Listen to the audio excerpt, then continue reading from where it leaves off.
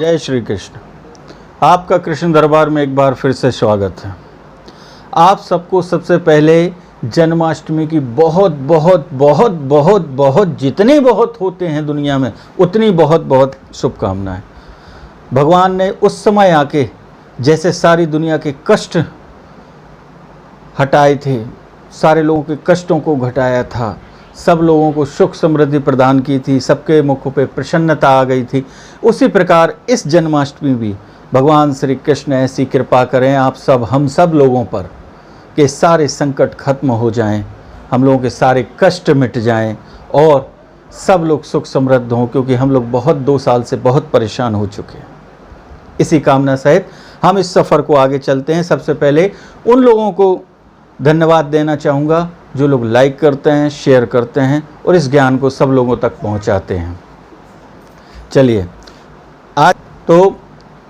आज हम जन्माष्टमी के उपलक्ष्य में और जन्माष्टमी के विषय पे ही बोलना चाहेंगे। जन्माष्टमी को लोग क्या समझते हैं? यह एक पूजा है। यह क्या है? एक समय की बात है, द्वारिका में जब भगवान श्री कृष्ण का जन्माष्टमी महोत्सव मनाया जा रहा था, उस समय भगवान द्वारिका में विराजे हुए थे, उत्सव हो रहा था, लोग हर्षोल्लास थे, नृत्य चल रहे थे, संगीत था और कीर्तन चल रहा था। उसी समय देवर्षि नारद द्वारिका आते हैं, प्रभु को प्रणाम करते हैं, जन्माष्टमी की बधाई देते हैं और भगवान ने जब मुस्कुराते हुए देखा नारद जी की ओर, तो नारद जी के मन में कुछ प्रश्न नजर आए। तो उन्होंने पूछा, नारद जी आपके मन में कुछ प्रश्न हैं, पूछिए। तो नारद जी ने कहा, प्रभु आप तो अंतर्यामी हैं, आप सब कुछ जानते हैं, मेरे मन में प्रश्न हैं 3 प्रश्न। तो भगवान श्री कृष्ण कहते हैं, बताओ वह प्रश्न क्या है? चले प्रभु, सबसे पहला प्रश्न, जन्माष्टमी किसे कहते हैं? जन्माष्टमी है क्या? दूसरा, ब्रह्म क्या है? ब्रह्म का ज्ञान कैसे होता है? तीसरा, ब्रह्म के दर्शन कैसे होते हैं? चले यह प्रश्न बहुत दिनों से मेरे मन में आ रहा था, इसीलिए मैं द्वारका आया हूँ और आपसे यह प्रश्न पूछना चाहता हूँ। तो भगवान श्री कृष्ण मुस्कुराए और कहते हैं, नारद जी मैं बहुत देर से महल में बैठा हुआ हूँ, अब मैं कुछ शांति चाहता हूँ, तो मैं बिहार के लिए बाहर जा रहा हूँ, तुम हमारे साथ चलोगे? तो नारद जी ने कहा, ठीक है प्रभु चलिए। तो भगवान श्री कृष्ण रथ पर नारद जी को बिठा के ले गए। थोड़ी दूर जाते हुए उन्होंने कहा, नारद जी प्यास लग रही है क्या? आपको प्यास लग रही है? कहले, प्रभु आपकी प्यास का हम अभी बंदोबस्त करे देते हैं, इंतज़ाम करे देते हैं, आप यहीं बैठिए, मैं जाता हूँ, पास में कहीं ना कहीं गांव है, कहीं ना कहीं जल की व्यवस्था हो जाएगी। तो नारद जी वहाँ से चले। बस यहाँ से हो गई श्री कृष्ण लीला आरंभ। नारद जी गए तो वहाँ देखा एक कुएं पर कुछ पनिहारी, कुछ स्त्रियाँ पानी भर रही हैं। तो नारद जी पहुँचे, उन्होंने कहा, देवी प्यास लगी है, क्या आप हमें जल पिलाएंगे? तो उन्होंने कहा, बैठिए। तो पनिहारी ने जल भरा और जल भरते ही साथ जो मटकी उठाई और जल पिलाने लगी। नारद जी ने ऐसे किया और पानी पीना आरंभ किया। पानी पीते पीते नारद जी की नज़र उस पनिहारी पे पड़ी जो वह स्त्री थी, अति सुंदर। नारद जी भूल गए कि यह क्या है, मैं कौन हूँ, यह सब भूलते हुए उनने पानी पीकर फ्री हुए और फ्री होने के बाद उस पनिहारी ने अपनी मटकी सर पे रखी और घर की ओर चल दी। नारद जी भी भूल गए कि मैं ब्रह्म ऋषि हूँ और वह उनके पीछे पीछे चले गए। जब वहाँ पहुँचे तो वह अपने घर के अंदर चली गई। जब वह अपने घर के अंदर जाती है तो पीछे पीछे नारद जी भी चले गए। प्रथम रूम में जो प्रथम कक्ष था, वहाँ उस लड़की के पिताश्री बैठे हुए थे। उन पिताजी ने जब देखा कि देवर्षि नारद स्वयं आए हैं तो वो खड़े हुए, उनको प्रणाम किया, साष्टांग दंडवत किया, कह ले आइए नारद जी, आपका कैसे आना हुआ?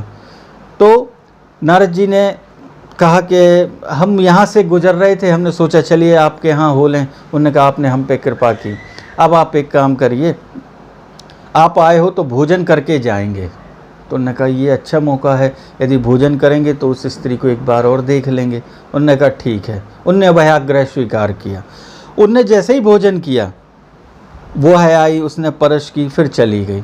तो उन्होंने कहा देवर्षि नारद जी से, उनके पिताजी ने, कि अब आप एक रात्रि विश्राम और कर लें तो बहुत अच्छा होगा। उन्होंने कहा ये और अच्छा है, मुझे उस स्त्री को देखने का और मौका मिल जाएगा। वह एक रात्रि रुक गए। ऐसे करके दूसरे दिन आग्रह पे रुक गए। तीसरे दिन जब नारद जी पे नहीं रहा गया तो नारद जी ने कहा उस लड़की के पिताजी से कि हम आपकी पुत्री से विवाह करना चाहते हैं। वह अति प्रसन्न हुए कि ब्रह्म ऋषि नारद जी तो ब्रह्मचारी हैं, फिर भी यह सौभाग्य मेरी पुत्री के लिए मिल रहा है जिससे यह विवाह करना चाहते हैं। तब उन्हें सहस्त्र स्वीकार कर लिया और उन्होंने कहा ठीक है, हम तैयार हैं। नारद जी का विवाह होता है। नारद जी ने अपना तंबूरा एक जगह रखा और गृहस्थ आश्रम में प्रवेश कर गए। नारद जी के उस स्त्री से 3 पुत्र हुए। 3 पुत्र होने के बाद वह पुत्र धीरे धीरे बड़े हुए। यह भूल गए, यह व्यापार व्यवसाय में लग गए, परिवार पालने में लग गए। यह भूल गए कि हम द्वारिकाधीश को, भगवान श्री कृष्ण को बिठाकर आए हैं और वह प्यासे बैठे हैं। अब एक समय यह हुआ कि बहुत तेज अतिवृष्टि हुई, जल प्रलय की स्थिति आ गई। पानी बहुत तीव्रता से बढ़ा। बढ़ते बढ़ते बढ़ते उसने पूरे गांव को डुबोना चालू कर दिया। जब गांव डूबने लगा तो यह अपने और अपनी पत्नी और बच्चों को बचाने के लिए नारद जी उस घर की छत पर खड़े हो गए।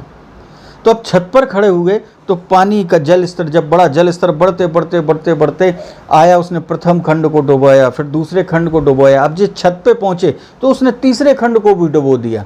धीरे धीरे धीरे इनके सबसे छोटे पुत्र को उस जल ने डुबो दिया, फिर मंझले पुत्र को डुबो दिया, फिर प्रथम पुत्र को डुबो दिया और फिर उस जल ने इनकी पत्नी को भी डुबो दिया। अब बचे नारद जी, तो नारद जी तैरते हुए इधर भागें उधर भागें, जल का स्तर बढ़ता गया। वह जल स्तर बढ़ते बढ़ते ये लास्ट में इस पर्वत पे गए, फिर उस पर्वत पे गए, सारे पर्वत डूबते चले गए। लास्ट में ये कैलाश पे गए तैरते तैरते, तो उस जल ने कैलाश को भी डुबो दिया। अब इनके पास कोई उपाय नहीं बचा। ये हाँफते हुए देख रहे हैं, परेशान हो रहे हैं। इतने में नारद जी को दिखाई देता है कि क्या करें, अब कौन है। तो इनके अंदर से आवाज़ आई कि प्रभु का स्मरण करो। तब नारद जी ने कहा हे प्रभु मुझे बचाओ। यह कहते हुए जब शरीर थक गया तो उन्होंने अंदर डुबकी लगाई, और जैसे ही डुबकी लगाई और कहते हैं हे प्रभु, हे श्री कृष्ण मुझे बचाओ, श्री कृष्ण मुझे बचाओ। इनके मुख से 3 बार निकला कि श्री कृष्ण मुझे बचाओ। और ये पानी में बिल्कुल डूबते हुए इनने देखा तो इनकी एकदम से आंख खुली। इनने देखा कि एक पत्थर पे भगवान श्री कृष्ण बैठे हुए हैं और उनके चरणों में नारद जी बैठे हुए। तो भगवान कृष्ण बंसी बजा रहे थे। अब बंसी बजाते हुए उनने तुरंत बंसी रोकी और कहा नारद जी क्या हो गया, आप पानी लेने गए थे, आप हमारे चरणों में डले हुए हैं। अब ये घबरा गए, कहले प्रभु मैंने जो देखा वह सत्य था या मेरा सपना था। तो भगवान मुस्कुराए, कहले क्या देखा आपने। तो नारद जी ने पूरा अपना वृतांत बताया। फिर भगवान ने कहा ठीक है, अब ये बताइए आपने हमसे जो 3 प्रश्न किए थे वह तीनों प्रश्नों के जवाब हमने आपको दे दिए। तो नारद जी ने कहा कि आपने कहाँ दिए। कहले आप बताओ, हमने दिए हैं, आप खुद बताओ। उनने बहुत सोचा, कहले प्रभु मेरी समझ में नहीं आ रहा। तो भगवान कहते हैं नारद जी ये बताइए, आप जब उस स्त्री से विवाह किया आपके 3 बच्चे हुए, और 3 बच्चे होने के बाद आप देवर्षि होते हुए अपना देवर्षि धर्म भूल गए, गृहस्थ में फंस गए, और लास्ट में जब सब डूब गया, आपकी पत्नी, आपके बच्चे, सारा व्यापार, सारा गांव, सारा परिवार आपका डूब गया, जब कुछ नहीं बचा तो आपके मन में क्या आया कि दुनिया में एक सत्य है और वह है श्री कृष्ण भगवान। और आपने जब भगवान का आपके अंदर ज्ञान आया कि यह सब ब्रह्म जो है ये ब्रह्म ही है, इसके अलावा सब उसकी माया है, जिस माया में हम फंस के अपने कर्म और अपने धर्मों को भूल जाते हैं। यह जब आपके अंदर सद्बुद्धि आई तो आपने मुझे पुकारा। जब जीव ऐसे मुझे पुकारता है तो उसके अंदर मेरा जन्म होता है, और मेरे जिस भी व्यक्ति के अंदर मेरा जन्म होता है उस जन्म को ही जन्माष्टमी कहा जाता है। हम जो सब करते हैं वह मात्र पूजा करते हैं। लेकिन हम अपने मन के अंदर भगवान का जन्म नहीं करते। तो आप चाहते हैं कि आप भी भगवान का जन्म नारद जी की तरह अपने मन के अंदर करें कि भगवान का जन्म हो जाए। तो भगवान कहते हैं यह जन्माष्टमी है, और आपने पूरे जीवन भर जो उस ग्रस्त में बिताए, उसके बाद अंतिम ज्ञान ये आया कि परमात्मा ही सत्य है, ब्रह्म ही सत्य है, तो वहाँ आपको ब्रह्म का ज्ञान हुआ। और जब व्यक्ति के अंदर ब्रह्म का ज्ञान होता है और मन के अंदर जब व्यक्ति के प्रभु का जन्म होता है, तो एक दिन उसको ब्रह्म के दर्शन भी हो जाते हैं। इसलिए हमने आपके तीनों प्रश्नों के जवाब दिए। नारद जी यह सुनकर अति प्रफुल्लित हुए, प्रभु के चरणों में झुके और कहने, प्रभु अब की बार ऐसी माया मत दिखाना कि हम अपना धर्म कर्म, क्योंकि आपकी माया भी आपकी तरह अति शक्तिशाली है। यह देखा और यह कहते हुए नारद जी वहाँ से नारायण नारायण का जाप करके चले गए। आशा है यह छोटी सी कथा आपके समय को बचाते हुए, हम इसको बहुत लंबा ना कर रहे हैं, बहुत छोटे समय में आपको यह कथा हमने सुनाई। आशा करता हूँ आप भी भगवान को अपने मन के अंदर जन्म करें और जन्माष्टमी की पूजा करें। जन्माष्टमी की पूजा घर में सभी लोग करते हैं, लेकिन कभी आपने देखा है कि जन्माष्टमी की पूजा करने के पहले क्या करना चाहिए?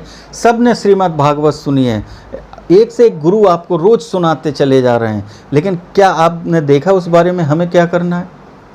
सबसे पहले जब तक हमारे अंदर करुण पुकार नहीं होगी, जो उस समय समस्त मनुष्यों के अंदर थी कि प्रभु, वो कंस से आताताई थे, कंस जैसे आताताई से जो त्रस्त थे, उन लोगों ने जो करुण पुकार दिल से की थी कि प्रभु आओ, प्रभु पधारो, प्रभु पधारो, यह करुण पुकार हमें भी जन्माष्टमी में पूजन के समय सबसे पहले प्रार्थना करना चाहिए। यही प्रभु का आह्वान होता है। जब आप यह आह्वान करेंगे और करुण पुकार करेंगे और आंखों से अश्रुधारा बहेगी, तब आप देखिएगा भगवान श्री कृष्ण जैसे मथुरा पधारे थे, आपके घर में, आपके मन के अंदर भी पधार जाएंगे। तो आशा करता हूँ यह कथा आपको पसंद आई होगी। पिछले एपिसोड में हमने प्रश्न पूछा था कि जिस तरीके से हनुमान जी की प्रथम मुलाकात त्रेता युग में सुग्रीव के भेजने पर भगवान राम से हुई थी, उसी तरह हनुमान जी की मुलाकात द्वापर युग में भगवान श्री कृष्ण से कैसे हुई। तो इसका एक प्रश्न का उत्तर है कि जब भगवान श्री कृष्ण ने देखा कि दाऊ भैया बलराम जी के अंदर अहंकार का जन्म हो रहा है, उनके प्रिय सखा अर्जुन के अंदर अहंकार का जन्म हो रहा है, और एक राजा पुंडरक जो अपने आप को कृष्ण समझने लगा है, जब यह सब लोगों के अहंकार को तोड़वाने के लिए उनने हनुमान जी को याद किया। नारद जी ने पूछा है, प्रभु आप पिछले अवतार में आपने बहुत जल्दी याद कर लिए थे, इस बार आप मथुरा वृंदावन से होते हुए द्वारका तक आ गए, आपने अपने प्रिय भक्त हनुमान जी को याद नहीं किया। तब भगवान श्री कृष्ण कहते हैं कि इन सब के अहंकार को तोड़ने के लिए ही हम एक लीला रच रहे हैं। अब यह समय आ रहा है जब हनुमान जी हमारे साथ रहेंगे। तो उन्होंने हनुमान जी को याद किया और नारद जी से कहा, चलो चलते हैं, हम अब हनुमान जी के पास स्वयं जाएंगे, क्योंकि हनुमान जी भक्ति की पराकाष्ठा हैं। उसके बाद भक्ति नहीं होती। जितनी भक्ति हनुमान जी महाराज ने की है, कोई नहीं कर सकता। तो हनुमान जी महाराज आज भी हैं, और हनुमान जी महाराज का एक नियम है, वह कहीं भी ब्राह्मण वेश में हर तीज त्यौहार पे पहुंचते हैं और वहां पर भंडारा करवाते हैं। तो हनुमान जी महाराज ने द्वारिका के नज़दीक एक जगह भंडारा करा रहे थे। उस भंडारे में जब मंदिर के अंदर ब्रह्म भोज चल रहे थे, गरीबों को भोजन हनुमान जी महाराज ब्राह्मण वेश में करा रहे थे, तब भगवान श्री कृष्ण नारद जी सहित ब्राह्मण वेश में वहाँ पहुँचे।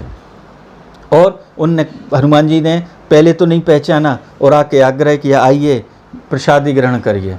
तो उन्होंने कहा ठीक है। तो भगवान श्री कृष्ण खड़े रहे, नारद जी तो अपनी सीट पे बैठ गए, भगवान श्री कृष्ण खड़े हुए मुस्कुराते रहे। तो उन्होंने कहा, विप्रवर, हनुमान जी कहते हैं आप क्यों नहीं बैठ रहे हैं? तो भगवान श्री कृष्ण कुछ नहीं बोले ब्राह्मण वेश में। तब हनुमान जी महाराज ने समझा और उनको ऊपर से नीचे की ओर देखा। जैसे ही नीचे देखा तो हनुमान जी पहचाने हैं उनके चरणों से, और जैसे ही चरणों की ओर देखा हनुमान जी ने कि यह चरण तो मेरे राम लला के हैं, मेरे राम के हैं, तुरंत वे चरणों में गिरे।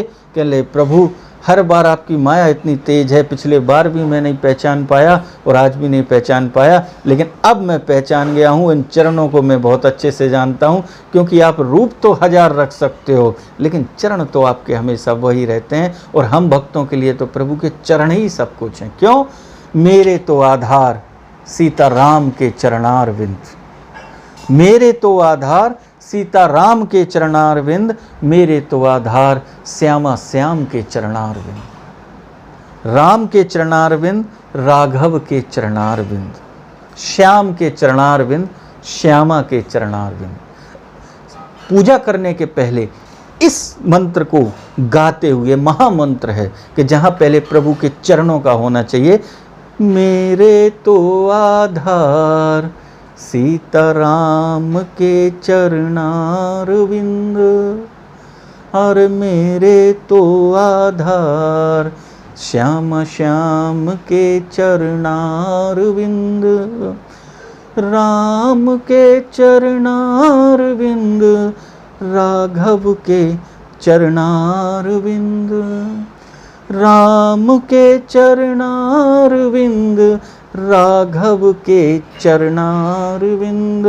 मेरे तो आधार सीताराम के चरणारविंद, और मेरे तो आधार श्याम श्याम के चरणारविंद, श्याम के चरणारविंद, श्यामा के चरणारविंद, श्याम के चरणारविंद, श्यामा के चरणारविंद। मेरे तो आधार श्यामा श्याम के चरणारविंद। इस स्तुति से आप फिर पूजा आरंभ करें, फिर दिल में आनंद देखें, प्रभु की भक्ति देखें। चलिए, अब हम आपका अधिक समय नहीं लेते हैं। आशा करते हैं यह कथा आपको पसंद आई होगी। अगले हफ्ते का प्रश्न, गोवर्धन पर्वत जिसकी हम सब परिक्रमा करने जाते हैं, हम लोग वक्त परिक्रमा करते हैं। प्रश्न यह है कि वह गोवर्धन पर्वत ब्रज में कहाँ से आया? यह प्रश्न का जवाब आपको देना है। क्या वह गोवर्धन पर्वत शुरू से ब्रज में था या कहीं से आया है? इस प्रश्न का उत्तर हम अगले एपिसोड में आपको देंगे। भगवान सारी मनोकामनाएं आपकी पूरी करे और जन्माष्टमी पर्व की बहुत बहुत बहुत अधिक आपको शुभकामनाएं। भगवान सारी मनोकामनाएं पूरी करे, इसी आशा के तहत। जय श्री कृष्ण।